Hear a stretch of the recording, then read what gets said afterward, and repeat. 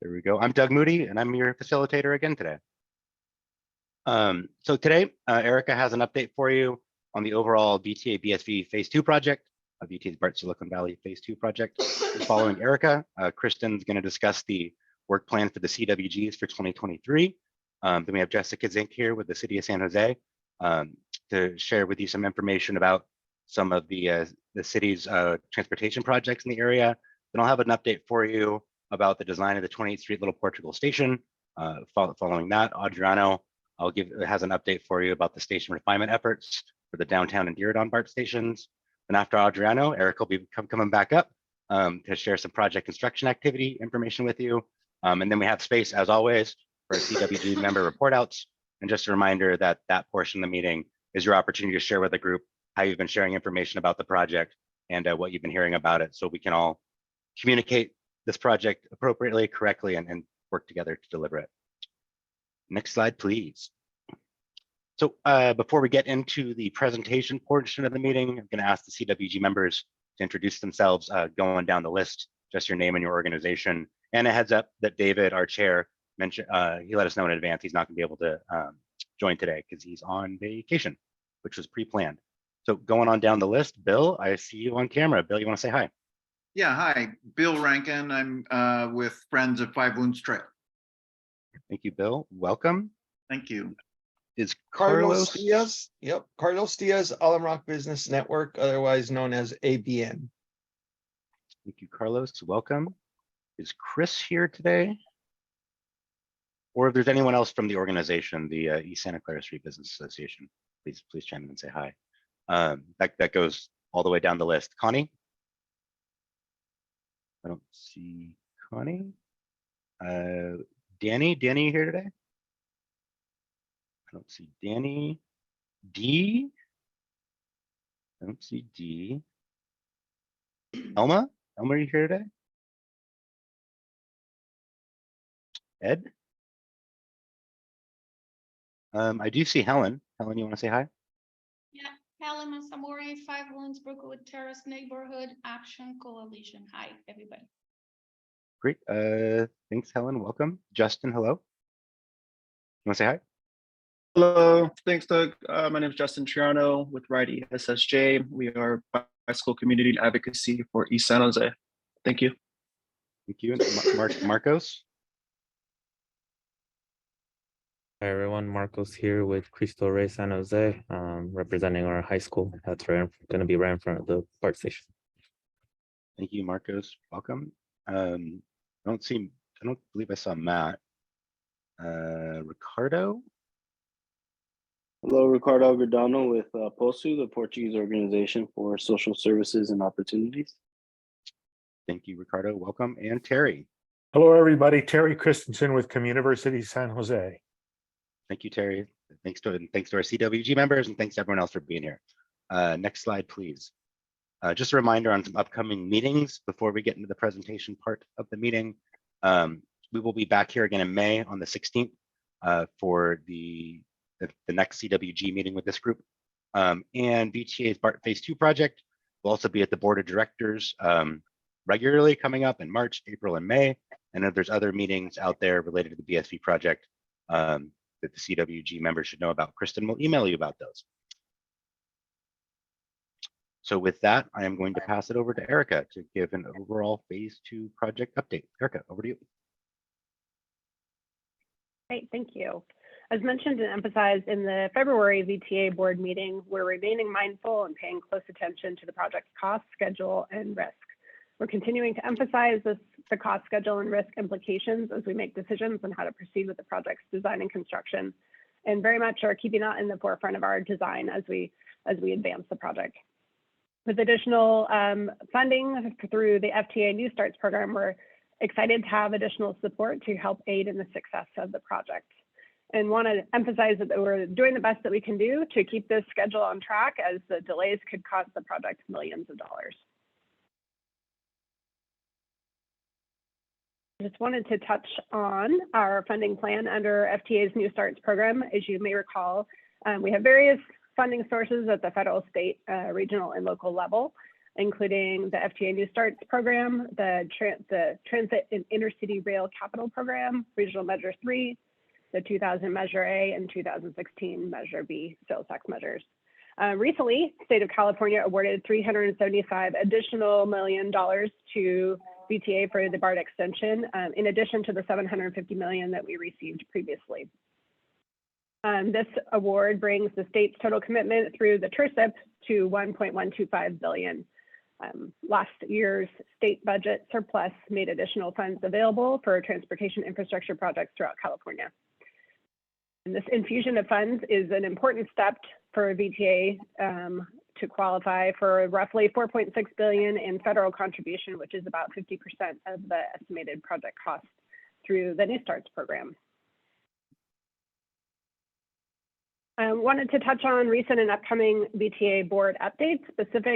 Each month there's an update on the project generally, but these are kind of some more significant updates that are coming or have been had recently. As Kristen mentioned to you all, there was an update at the February board of directors meeting about the station refinement effort that has been underway that Adrienne was going to talk about more and Doug in a few minutes. In addition, we're preparing for early construction activities, and so there'll be an update likely at the March board talking about those that are be kicking off in the summer. In addition, there'll be an update sometime in the spring on the business resource program that we've been advancing, and then there'll be board action in summer timeframe for to advance the early works packages for the contract package to contractor. Excuse me. And that's what I have for the phase 2 update. Ready to take any questions.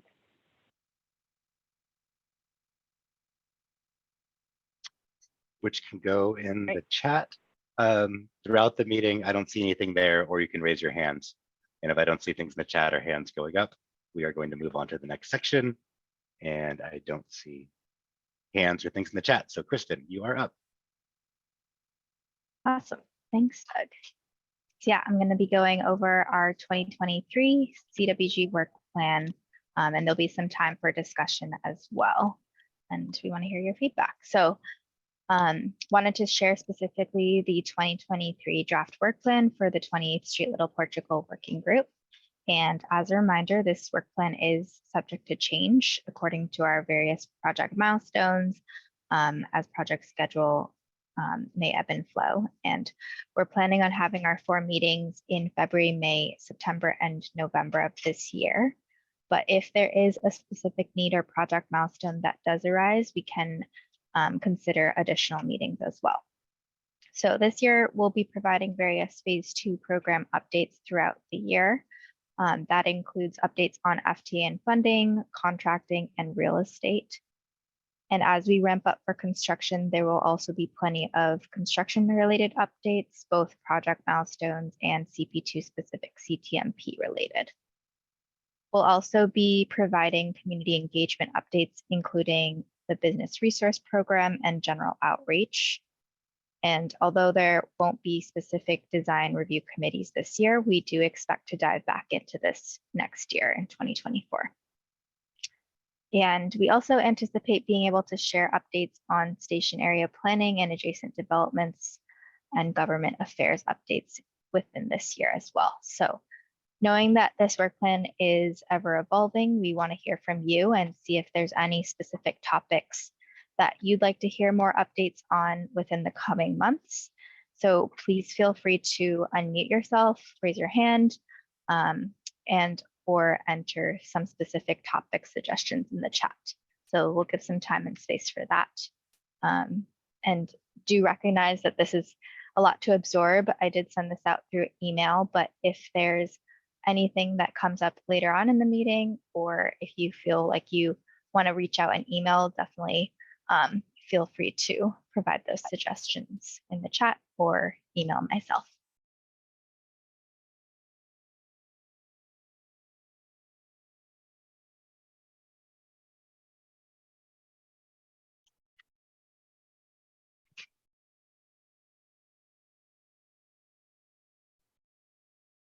All right, noting nothing, no activity in the chat. And no hands raised. I'm going to move on. But again, feel free to enter something in the chat if something comes up and you think on it later, or email myself. So another topic is the potential addition of CWG members. So we've been discussing with our CWG chairs, and the BSV team has begun researching and looking into potential CWG member additions. And through the potential addition of CWG members, we're hoping to diversify and broaden representation amongst our CWG members and integrate some of your suggestions from earlier meetings on certain organizations that we should engage with.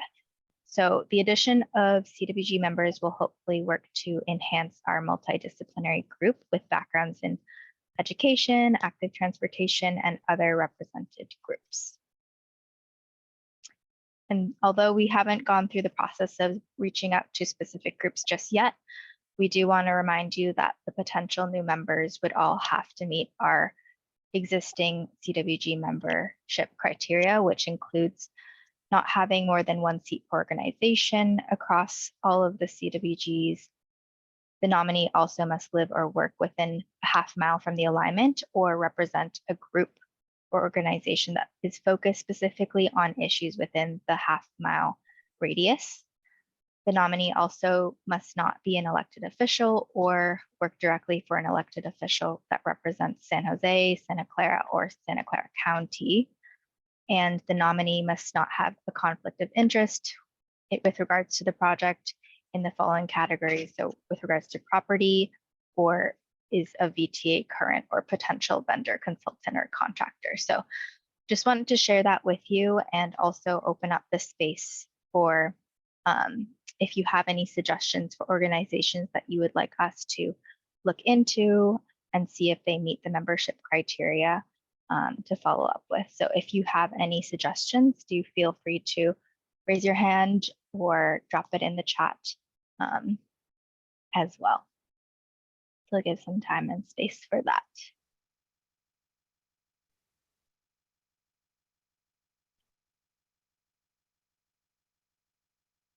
If they don't come to mind right away, they can also be shared during the CWG member report out portion of the meeting. So you have some time to think on it. And if organizations or people that should be considered come to mind later. I have a you can share them. question. I have a question. What's the minimum age? I don't think we have one. Okay, so what I'm thinking is, and this happens at my kids' schools all the time. All the adults are sitting around figuring out what's best for everybody. And a lot of times they don't ask the kids. That's a big portion of our population, and it's our big portion of our future, and it's a big portion of those using this transportation.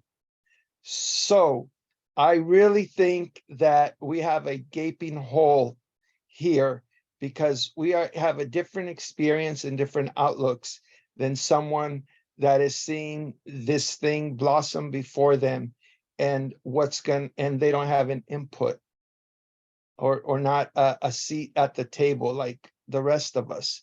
So what I am thinking is, I know there's a rule about not more than one per organization, but it would be good to, in my opinion, to have a student rep from student council or somebody from Cristo Rey be part of an advisory group, or maybe sit in on meetings, or maybe through our Cristo Rey rep funnel suggestions to us. But that is, I think it's critical to somehow get the voice of student leaders. Yeah, that's a great suggestion, Carlos, and thank you for sharing that, because in our preemptive research, we have looked into different student bodies that could participate. That being said, it's more so at the high school and college level, but we have looked into that. And so it is on our minds because they are the future riders. And so thank you for that, for reassuring us in that direction as well. Hi, this is Terry. Let's add San Jose High School to that list too. Awesome. Yeah, we'll definitely take note of that and look into further research as well. And I see Marcos also said he likes the idea of having more student voices as well. So thanks for the affirmation there. We'll definitely look further into that as we continue to research and as we reach out to folks as well. Are there any other suggestions for different organizations or groups that you suggest that we look into across the board?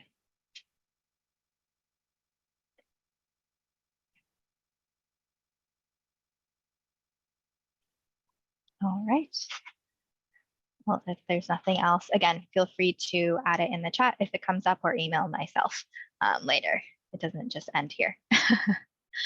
I have one more, sorry. Yeah, go ahead. So I know the Mexican Heritage Plaza School of Arts and Culture is really busy with so much of what they do, but we should have some type of check-in with them or get little input here and there, because they are a big part of what's here with us, and they can also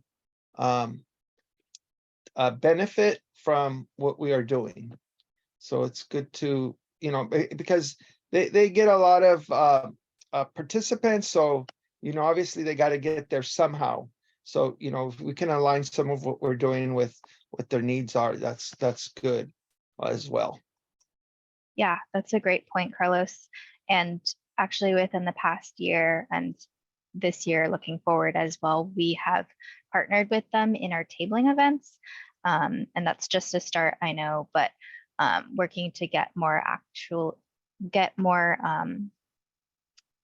partnership with them as an organization. And I think, yeah, looking into them as a potential CWG member as well would be great. Awesome. Well, moving on, as we plan and prepare for our upcoming meetings this year, we wanted to get a pulse of whether continuing having virtual meetings or try to have in-person meetings was more your speed. And so we have a single poll question that I will pull up, and we'd like you to answer it as you see fit. So would you rather attend virtual or in-person meetings?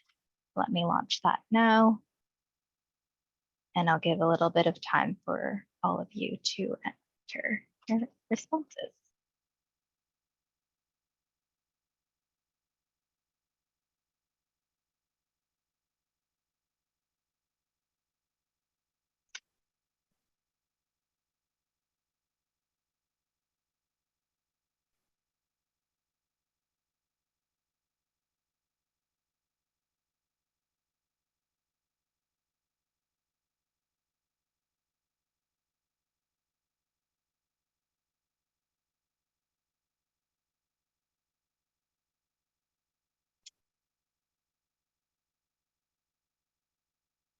All right, seeing the poll start to level out, I'm going to give it 5 more seconds before I close it and share.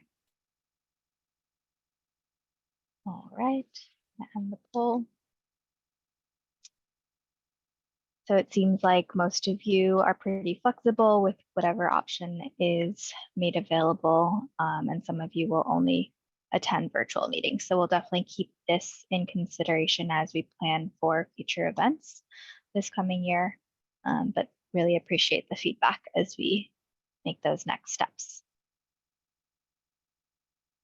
All right, so that's it for my section, but is there any further questions, things that we covered so far? Again, feel free to enter it in the chat if you have things that come to mind with regards to organizations or different topics that you'd like to see covered this year. Cool. Thank you, Kristen. Next up, we have Jess with updates on her team's projects, the City of San Jose projects in the station area. So Jess, over to you. Absolutely. Hi, everybody. It's nice to see you. I know in the fall, we got a question. Thank you, Doug, for bringing it to us about what are the improvements in the Julian McKee and particularly near the 101? What are we doing, especially to make the corridor safer? And Alisar on my team, a lot of appreciation to her. She is here for pulling together some of our thoughts. And I think, we were both out at the corner of 28th Street and Julian right near 101 with a number of you also on a walk in the fall. And it's just a great question. And so we did want to bring that variety of projects back to this group for information, for getting out the word, and for helping us think through some of the longer term improvements that are planned but not already funded. So next slide. The projects that we will cover today include some of the work that we're able to do with our pavement maintenance program, some of the grant funded work that we're layering on top of that pavement program, enhanced crossings with a rapid rectangular flashing beacon at 26th Street. And then in the longer term categories, number 5 and 6, as many of you know, with new development in the area, there are going to be a lot of changes, BART related new development, as well as other urban village related new development. So we are looking at different ways to better handle traffic of all kinds, pedestrian traffic, vehicular traffic, and other people getting around the area safely. So with that, the first project mentioned, this is our pavement maintenance team, which is in a 10-year timeframe, repaving every street in the city, thanks to 2016 Measure B, Senate Bill 1 at the state, and Measure T paid for by San Jose residents. Those are making it possible for us to maintain every street that we have. So Julian from 6th Street to 28th Street is on that pavement maintenance agenda for this coming summer. Our pavement maintenance season is when it is warm enough and not too cold for the pavement to settle. So typically that means that our crews and contractors start working in earnest on the pavement portion of these projects in the June timeframe, but you will often see some earlier work to do dig outs and fixes, curb ramps, etc. before then. With this project, we always try to see, well, when we have a fresh slate with the street, how should we put the street back to maximize safety and mobility? And so that's what we're doing here. And our design plans show that we can accommodate throughout this corridor, buffered bike lanes, maintaining the travel lanes generally throughout the area, adding striping, adding signs to Julian to really accommodate all kinds of traffic more easily and more legibly, especially as you approach 101, right? Because it can be very confusing. So that is project number 1. Project number 2 is a grant funded project that we were able to get from the region to take 2 of these projects, that pavement maintenance project, as well as the McKee portion of a project that we'll talk about shortly, and add some physical separation where it fits to make sure that people who are biking or walking have that comfort that a car is not going to kind of turn into them or drive into them accidentally or absent-mindedly. So those physical separations will be added through this grant, and that will follow the pavement maintenance and McKee project, which is a Vision Zero project, after in the fall to early next year. Next one. Also, after the pavement is in, the new striping is in, our team will add one of our pedestrian safety enhancement projects. So this is all kind of layered on top of those fundamental design plans with rapid rectangular flashing beacons and a refuge island and a high visibility crosswalk at 26th Street. So this will go in after the pavement is all done, the striping is in, and then add so that people, have a lot more safety while crossing. They have that refuge in the middle of the street as well. And these are solar powered, so they'll flash when people press the button to cross the street. And that again, that'll follow the pavement maintenance program in the summer, fall. Next one. This project I mentioned, this is actually a large grant funded project from 33rd Street to Toyon Avenue. So not directly in the urban village or 28th Street Little Portugal area, but not too far. So we thought it was relevant to share that this is one of our 17 priority safety corridors under the Vision Zero program. We sought a grant to do a lot of safety work, starting with the repaving so that we had a really clean slate to put back striping more safely, high visibility crosswalks, new curb ramps, more of those enhanced crossings, radar speed feedback sign to tell people, alert them when they are going too fast, raised median islands, pedestrian fencing in key hotspot locations, and then treatments to keep people from flying as they're driving around corners very quickly. All right, so that is the One Bay Area grant funded project. And then fifth is this is the intersection, the area that you're all very familiar with, where we were standing back in the fall, watching traffic not work very well at all. 28th and Julian, and we've been looking, especially with the projects coming in, new development projects to the north, the urban village, and associated joint development processes to the south. How can we make this a lot more easy to get around, legible, whether you're driving or walking, etc. And so we're just going to show you our draft concept here so you can provide us feedback. As it says on here, this is not set in stone at this point, so your feedback would be terrific.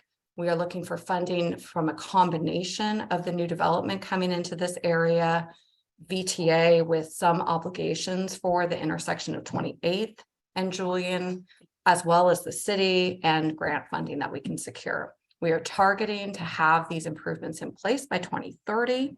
And we are coordinating with Caltrans, which is one of those first questions we got from the CWG, because we are in their purview, their right of way for portions of this. And so really important to make sure that we get their concurrence on these plans and their permits, which are also needed, encroachment permits and sometimes design exception permits. So next slide is our current concept for your thinking and your feedback. The biggest changes are to the north side near Worcester for taking what is currently, you can drive either straight to Worcester or you can exit to Julian to get towards the freeway. And we've evaluated access needs into and out of that northern area and found that between Worcester and the existing intersection at 28th Street, you don't also need that throughway directly to the west, which can sometimes have a lot of collisions and conflicting movements. So that is proposed to become more of an open space with pedestrian and bike movements, connections to the Five Wounds Trail.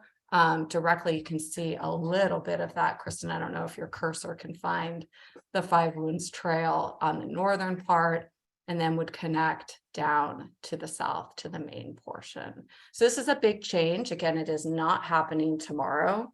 It's definitely prime for your feedback. You can see in the middle there are pretty generous medians to help control traffic and give, again, those pedestrian refuge locations and to solidify the areas where you should be turning as a driver and where you shouldn't be, because right now sometimes people are kind of in that interstitial space, creating confusion with other drivers facing each other, etc. So this is that plan. Again, we're taking this in concert with the urban village plan, with the proposed developments, and of course with Caltrans and others. So it's definitely available for your feedback today and otherwise. And then last but not least, I think last slide.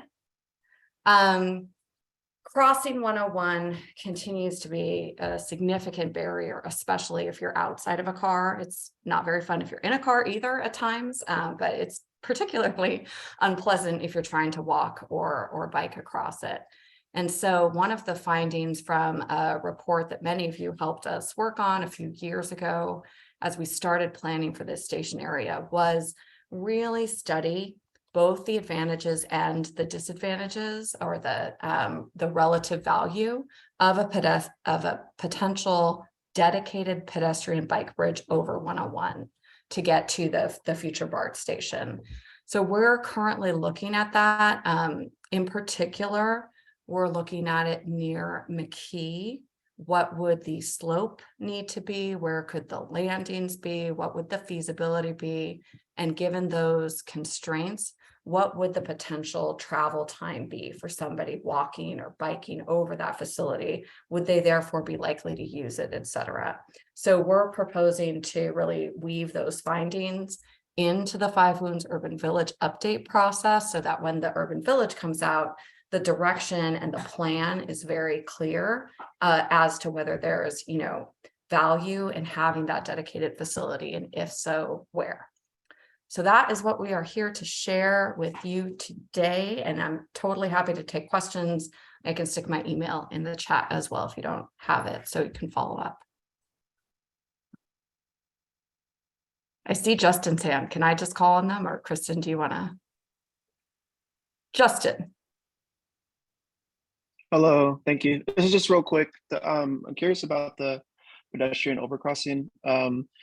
Do you have any information on what like the vision would be? Is that like a separate infrastructural piece that would go over, like something they were thinking about, like around like Havana, but on the other side of the freeway? Right.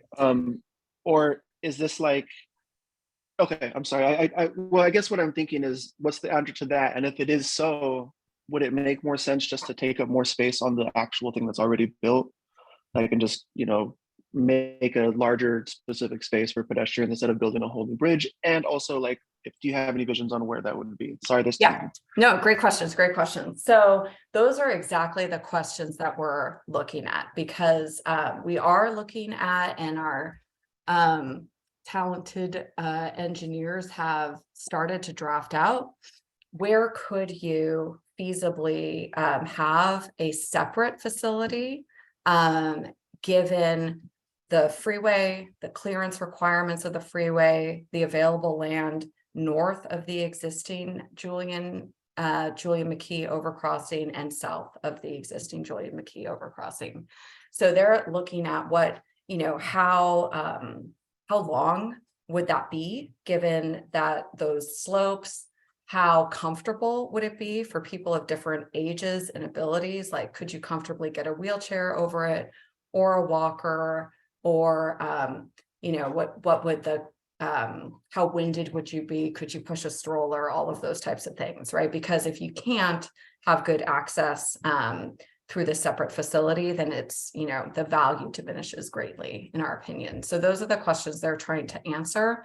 We are looking, to your question, Justin, we're looking north of McKee and south of McKee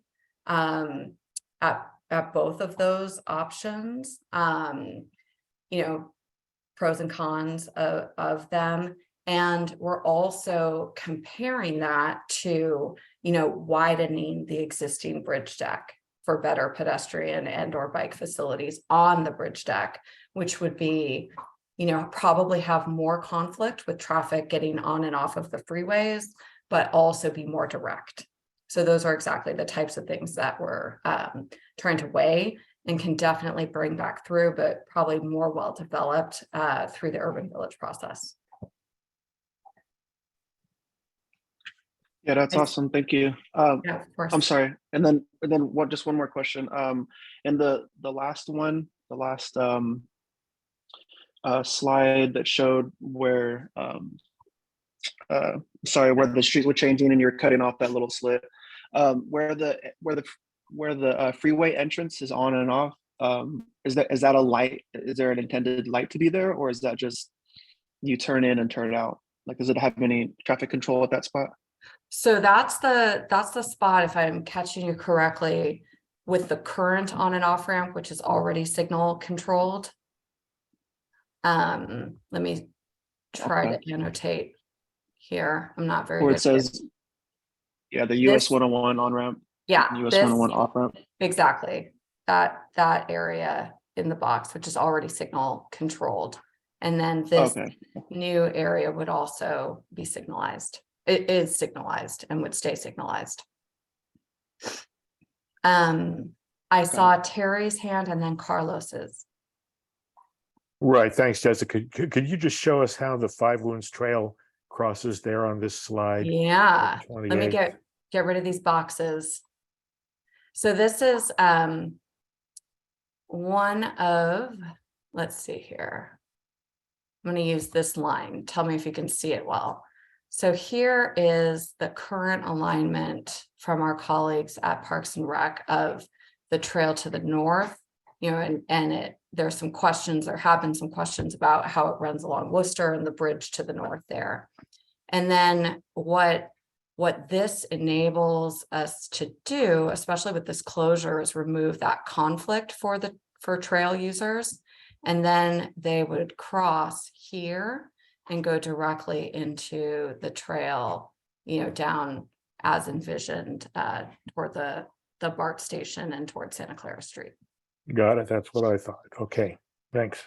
Yeah, I love this Zoom annotate thing. Hopefully it's helpful to you. Carlos. Two things. Yeah. First, could just as an idea to brainstorm throughout there, maybe one of the there's sidewalks on both sides. Maybe Yeah. one of the sidewalks could be repurposed, at least part of that portion, part of that is part of the like a bike trail. So you don't have to have pedestrians on both sides. There'll be pros and cons to which Right. side you would pick, but that's an idea.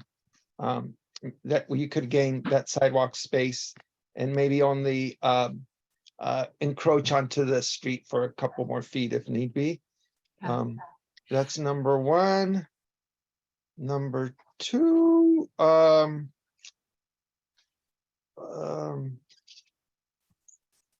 Do you, oh, that's Carlos, it. for now. while you go to number two, just some quick, I think that's a really creative idea. And definitely, we've been looking at the width of those sidewalks and, you know, just don't feel like they suffice. So we'd be looking to widen them either way. But the idea that you have, we've been looking at kind of, you know, these classes are only important for nerdy transportation people like myself.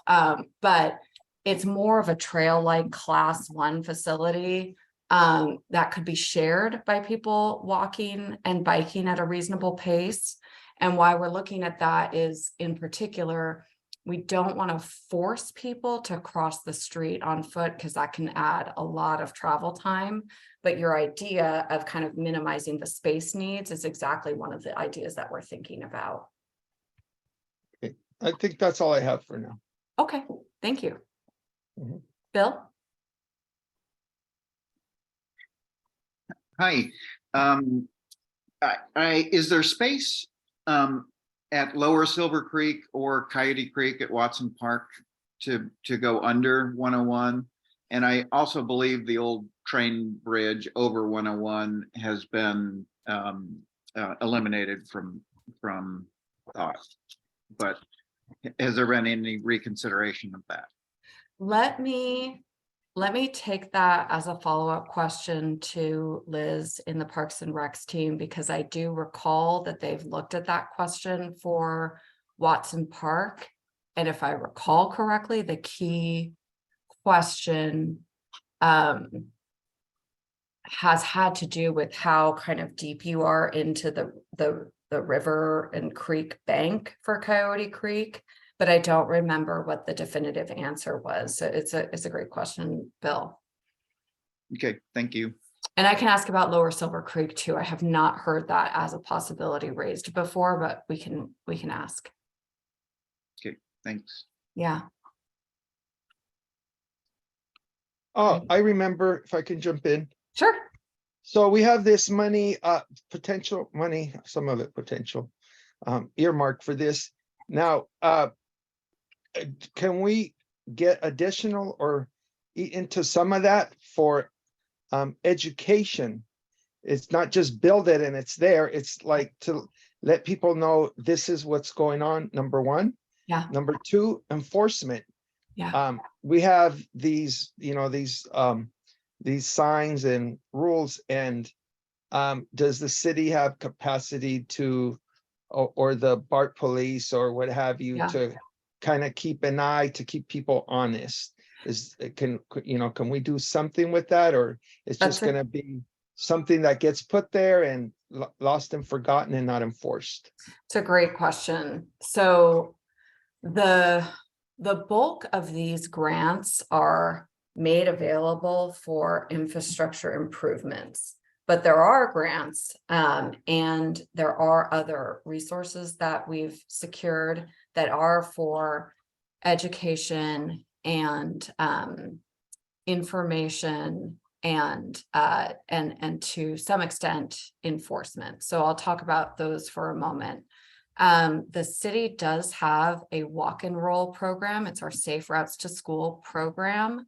It is currently in roughly 55 to 60 schools, and it is funded largely by VTA's Measure B, which has a portion of the bike and pedestrian funding that is reserved for education. So that is a great question, and definitely one where, usually that has focused on elementary schools. But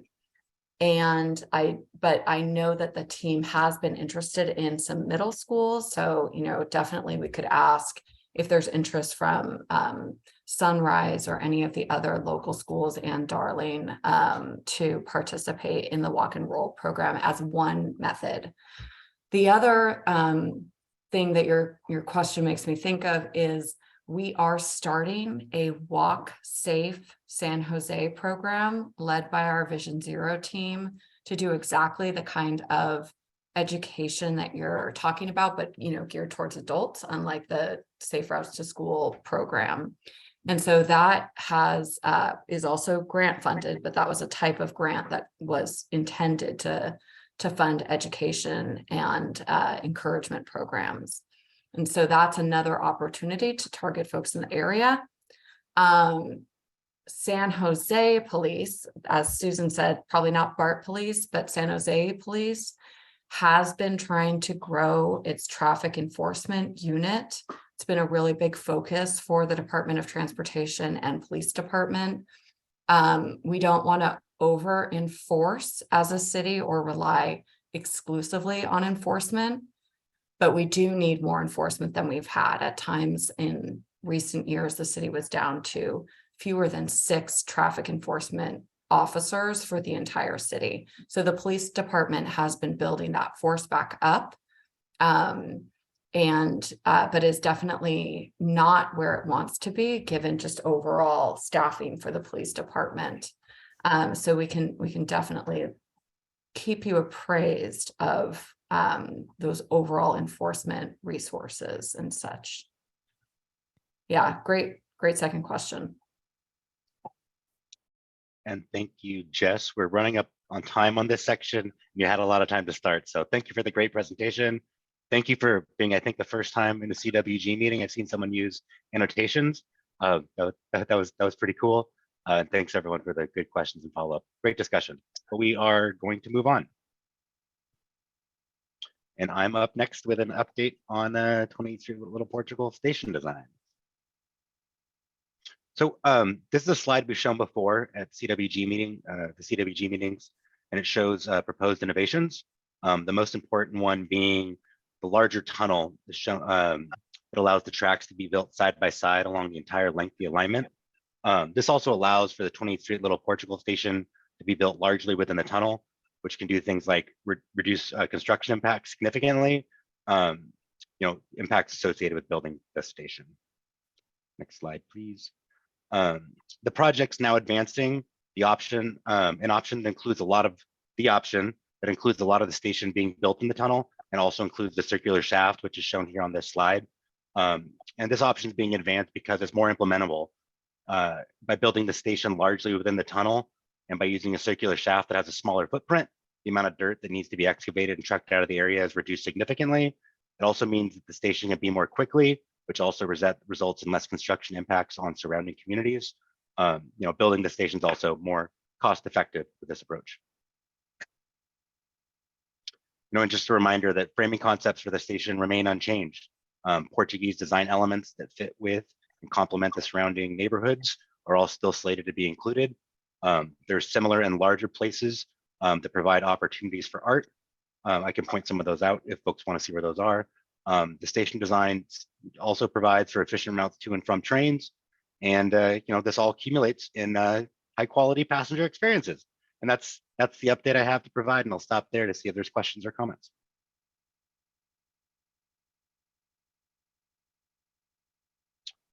Not seeing any in the chat, not seeing any hands up. I think we're ready to move on to the downtown Diridon station refinement update with Adriano.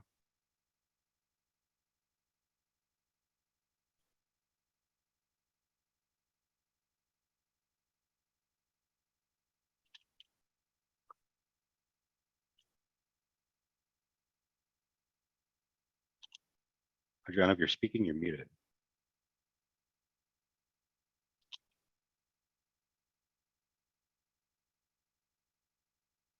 Whoa.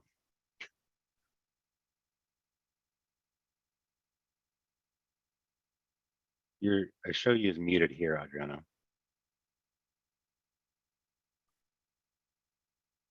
Okay.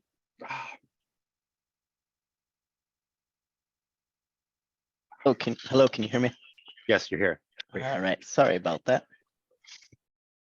Okay, so the station design refinement effort was kicked off in mid-2022.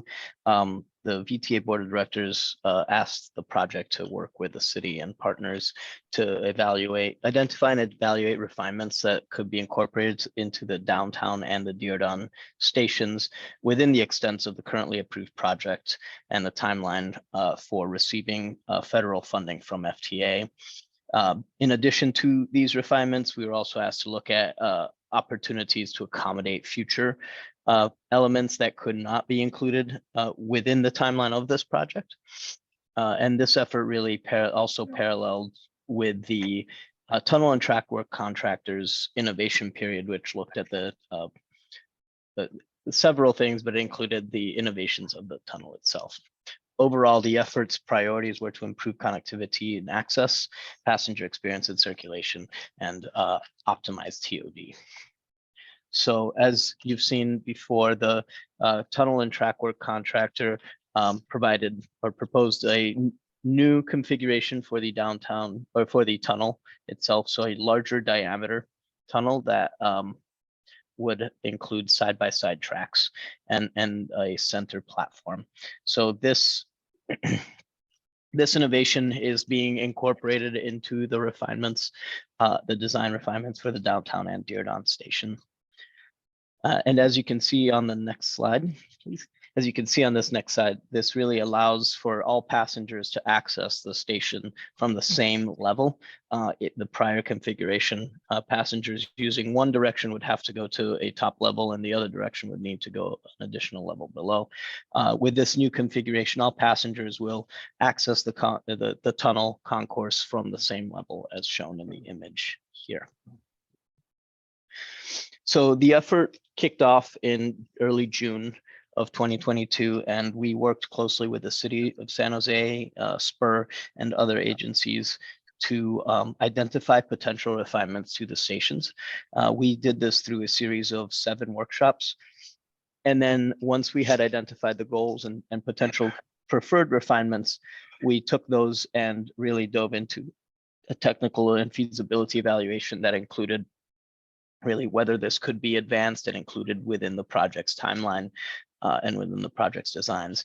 And then following that, the concepts were further refined to make sure that we could identify things that we could advance. So again, the focus here for all of the refinements was to look at the passenger experience, TOD integration, and constructability. So at the downtown stations, one of the approaches that we are taking is really to focus on passenger experience and creating placemaking in the area. And so rather than trying to really maximize on-site transit-oriented development, we're really trying to make sure that we are able to provide the best amenities for the community. And so looking at some other stations that have recently been constructed in the Bay. Here are 2 examples that are shown: the Salesforce Transit Center and then the recently opened San Francisco Central Subway Chinatown Rose Pack Station, which includes some rooftop amenities. So what we have here on the left is the downtown station's baseline design, and on the right was the refined concept. At the downtown station, the primary focus was to improve passenger experience. As you can see on the image on the left, the baseline design included 3 escalators and 2 switchbacks to access the upper concourse or platform level, and an additional escalator and switchback to access the bottom concourse platform level. With the refined concept, we've extended or expanded the diameter of the station shaft, and that allows for longer escalator runs and overall reduce the number of switchbacks. So now all passengers accessing the concourse would be able to do so using 2 escalators and a much more intuitive path of travel. So overall, this refined concept uses a larger diameter shaft that is the same size as what is being used at Diodon, reduces the number of switchbacks, and simplifies the path to and from the platform. Really, the focus is providing positive and unique passenger experience, and the refinements do still facilitate the potential for some rooftop amenities and placemaking opportunities. Next slide, please. While the station refinements do have impact the ability to construct high density TOD immediately above the station shaft itself, the overall development envisioned on the block around, which is identified in the DDF, or the Downtown Development Framework, the overall total development is anticipated to stay about the same. So we think that though we're reducing the high density TOD above the station, we think a lot of that TOD can be reallocated within the station block. And then overall, just a recognition that there is a lot of planned development in the downtown area, and all of this is going to spur and benefit ridership. In addition to the downtown primary entrance, and I apologize, it's a little hard to read, but we've looked at several opportunities for an entrance to the south of Santa Clara Street. So VTA and the city explored the feasibility of providing such an entrance, and ultimately it was determined that the corner of Santa Clara and 2nd would really be the best opportunity in terms of access to nearby attractions and connectivity to the transit malls. However, this area is part of a historic district, and so that provides certain challenges from a schedule standpoint in terms of being able to include it within the project's timeline without significantly delaying the project's ability to receive funding. So instead, VTA will extend the concourse, and that is shown. The concourse level, the existing or baseline concept is shown in the orange, and VTA will be extending that as shown in purple to really facilitate that future connection, so that if and when that is pursued, the amenities of the station are already all set up to accommodate that. We are also including a knockout panel that would really facilitate that entrance as well. At the February VTA Board of Directors, we were asked to continue to work with the city to further explore a feasible path forward for providing a southern entrance. So we will be reporting back on that in the future. Moving on to the Diodon station, the At this station, passengers were already able to access the platform levels with just 2 escalators. And so the focus was really to optimize transit-oriented development on the station block itself. So the baseline design is shown on the left, and the refined concept is shown on the right. In this image, both are actually shown with the innovation, the tunnel innovation, so the larger diameter tunnel. So the baseline design included accommodations. I apologize, we had some visuals that are missing here. The baseline design included accommodations for TOD right above the back of house facilities. And if I can figure out how to annotate, I will point that out here. I will come back to that. So the back of house facilities could be accommodated as a single story of TOD above the, TOD could be a single story of TOD could be accommodated above the back of house facilities on the south side of the block. And for an additional cost, accommodations could be made to facilitate more higher density transit oriented development above that.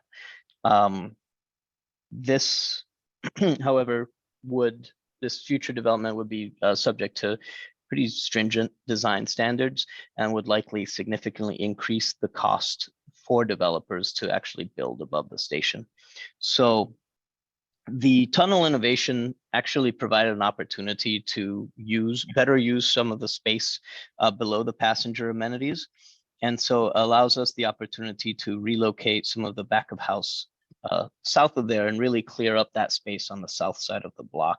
So this means that transit-oriented development can be pursued without being subject to the same stringent requirements, and really much more economical and likely to be constructed. This also eliminates any constraints that would prohibit TOD from having any below ground amenities. So that is now something that is feasible for this TOD. So overall, this refined concept really maximizes efficiency of construction of the site, and facilitates TOD in a way that makes it significantly more attractive and feasible. Again, in terms of perspective of what other planned development is happening in the area, the decision was to not focus on maximizing TOD, recognizing that there is a significant amount of TOD already planned in the station area, with over 4 million square feet of office and mixed use in the blocks immediately surrounding the station. So the focus will be to provide some placemaking amenities in that. In addition to passenger experience and TOD at the primary station entrance, VTA worked closely with the city and spur and rail transportation partners in the area to explore opportunities for a second station entrance that could be fully integrated within the future DISC, that's the Diardon Intermodal Station Concept concourse. At this time, it was determined that a future entrance could not really be included as part of the project, and that accommodations for such an entrance could be further pursued in the future. So in part, this is due to the uncertainty of the exact location and ideal connection between the BART station and the future DISC concourse, and that will be further explored as DISC advances.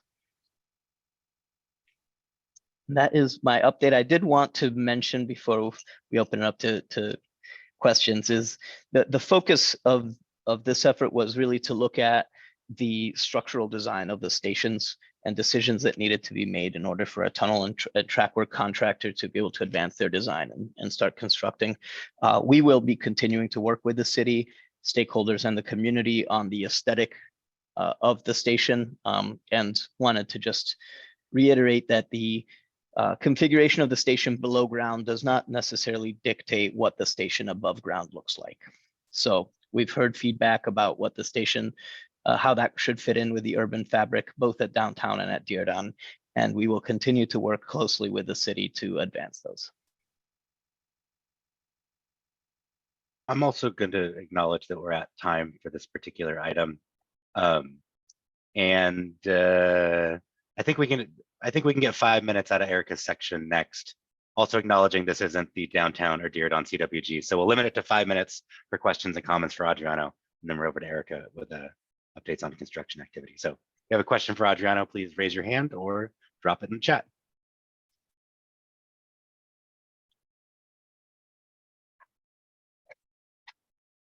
I just wanted to note that I think that the downtown Dearborn and 28th Street stations are actually going, with these refinements, will all operate much more similar and consistent to each other. And really, we think that's a benefit to all riders of the Santa Clara County.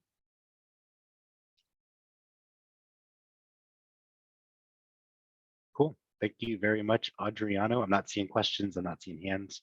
So Erica, we're going to pass it on over to you. Great, thank you so much. Starting in late February, KST will be completing some exploratory geotechnical borings along the tunnel alignments. There's a significant number that they'll be completing, and each one will take approximately 1 day. So the picture here that you see on the screen is a picture of some of the equipment that will be used. As we've done previously, we'll distribute construction notices for these field investigations, and we're sharing here with you as well. I know it's been a while since we've had field investigations, but you have provided these updates before. Next slide. Just going to talk through some of the locations that are closer to the 28th Street area. So there'll be a boring near the 17th Street Bridge. And this one, because the borings will start kind of west to east, will happen sometime mid-March, but we'll be sure to tell you in advance as well, and there'll be construction notices. And then there'll be one boring on 30th Street that will occur sometime in the mid-April timeframe. And then moving on to the Construction Transportation Management Plan update. So to give a reminder to everyone, the development process we're working through for the contract package specific construction transportation management plans. We're having regular coordination meetings with the contractor, VTA, and the city. In addition, in the areas where the CTMP is being developed for, we're coordinating with adjacent businesses and institutions to provide. Hey, do you have any input for the? Just keep them on. Yeah, They're what is just this? pictures. That's coconut. Coconut? I eat one. In addition, we'll be presenting the draft plan on how access for all nodes will be coordinated during construction to the community. We'll be hosting public meetings within the individual work areas that are covered by each CP2 specific CTMP for the contract package to the tunnel and track work contracts, which the public meetings will address what the construction activities will be, kind of what the development process has been, the schedule, and details on the work areas, the work hours, and the plans to minimize the impacts.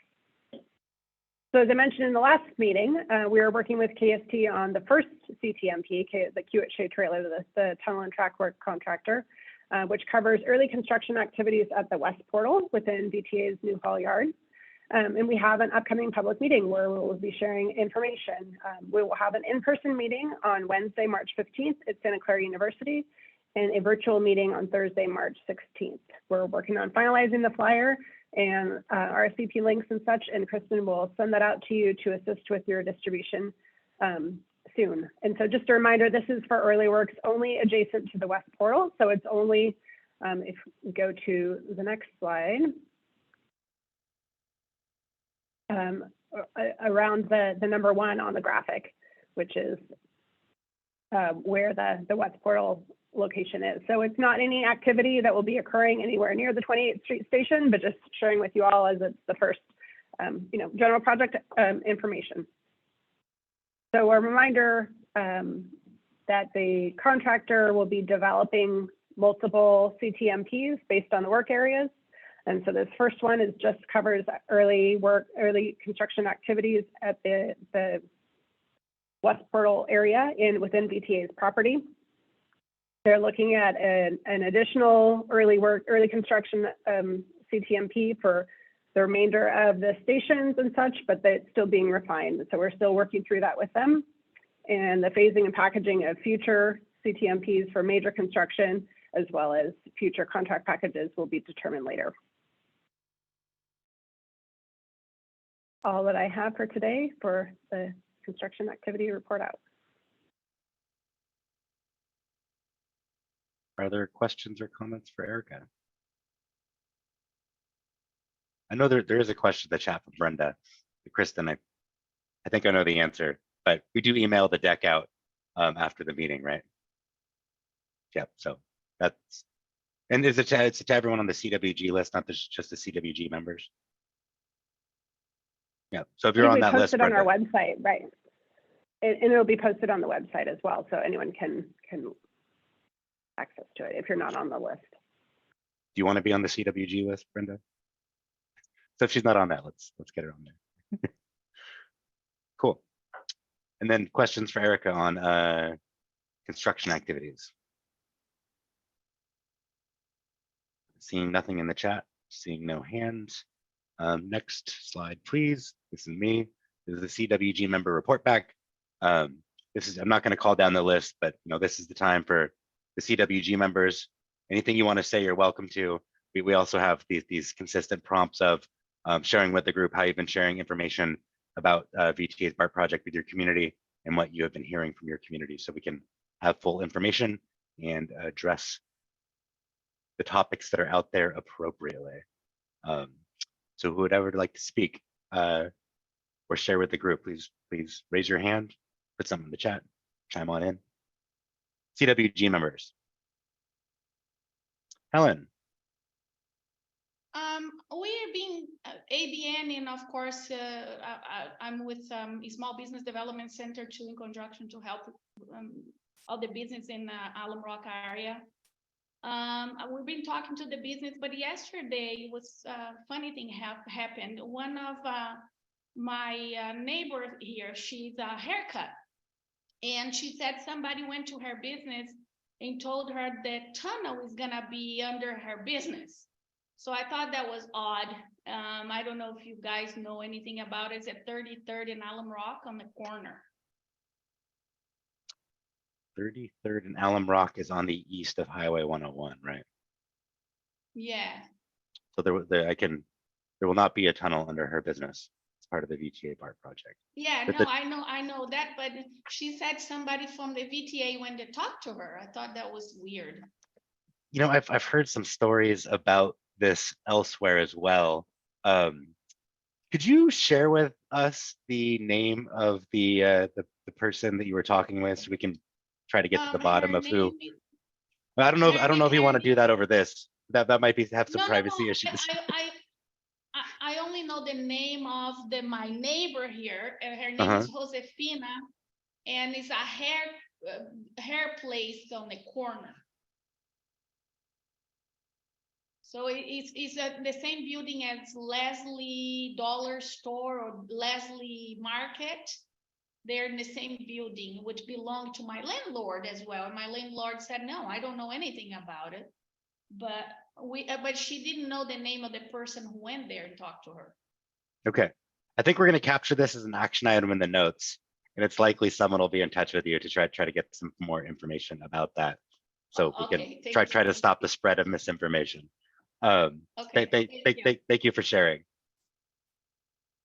Are there other CWG members out there that would like to share with the group? Yeah, can I jump in? Yes, please. So yeah, I had spoken to my daughter who attends Cristo Rey, and I had asked her if she would be willing to look into someone at the school doing like maybe a little a report or taking some notes on input from students to provide to our group and maybe funneled through the school so that we can at least get some groundwork or a starting base for where the students' heads are at this point. She did mention that a lot of students do take the bus to school. So at least there's probably going to be at least a number of them that could benefit from this project in the, well, their younger siblings in the future. So she's gonna look into that and she'll work through the schools for that. Okay, that's all. Okay, thank you. And I know I've started a conversation with Marcos about working with Cristo Ray. And Marcos, maybe we can talk about that in some of our upcoming conversations. Yeah, great. Yeah, Thank you. definitely. I know there's a few other, it's always hard to know where they're coming from, but there's a few other programs that have reached out as well, trying to connect us with kind of ways that we can get more student voices. And so I met with our principal and I met with a few other kind of executive leaders here to find ways to plug kind of this information to go into things that we're already having here, not just with our students, but with our families and communities. We have like every month we have families that come on campus and we share information with them. And so we'll find ways to plug them into those, but also finding ways to plug them into our student leadership. And we have students that also work in the transportation department with the city. So seeing how there's already that connection there and ways to expand on that as well. And then Christina, there's some other planning efforts happening in the area, like the 5 Winds Urban Village Plan update and related efforts that I think have some outreach already planned for to work with Cristo Rey students. Is that right, Christina? Do you want to give an update on that? So VTA's real estate team is working on this design development framework, which we brought to the CWG, I think a couple meetings ago and talked about. But as part of that, there is a focus group that the firm that's doing the outreach for us wants to focus on local high school students from Cristo Rey. So I think Woody already touched base with Marcos. I mean, just casually before, but we'll actually do formal outreach to further discuss that. Yeah, that's the person I was referring to. Woody is the one that we've been in contact with. So Okay. I'll reach out to him. We've been connected. Thanks. Great. And Erica, do you also have some updates on some other things the BSV project's working on to engage students? Yeah, I was just going to say that the BSB project is working on plans and ways to engage students as well. So we have lots of opportunities and we'll definitely circle back, but just want everyone to know it's in the works on all fronts. Thank you for raising that, Carlos. Helen, is your hand being up a remnant? Or would you like to speak again? No, I'm good. You're talking to me? Yes. No, I'm good. I'm sorry. It's just my hand is still up there, but. There it is. I took it down for you. Thank you. Thank you. I'm sorry. It's just so loud in my office today. I have a lot of people in the office, so my microphone is so bad. I apologize. I can hear you just fine. Thank you for participating. Any other CWG members?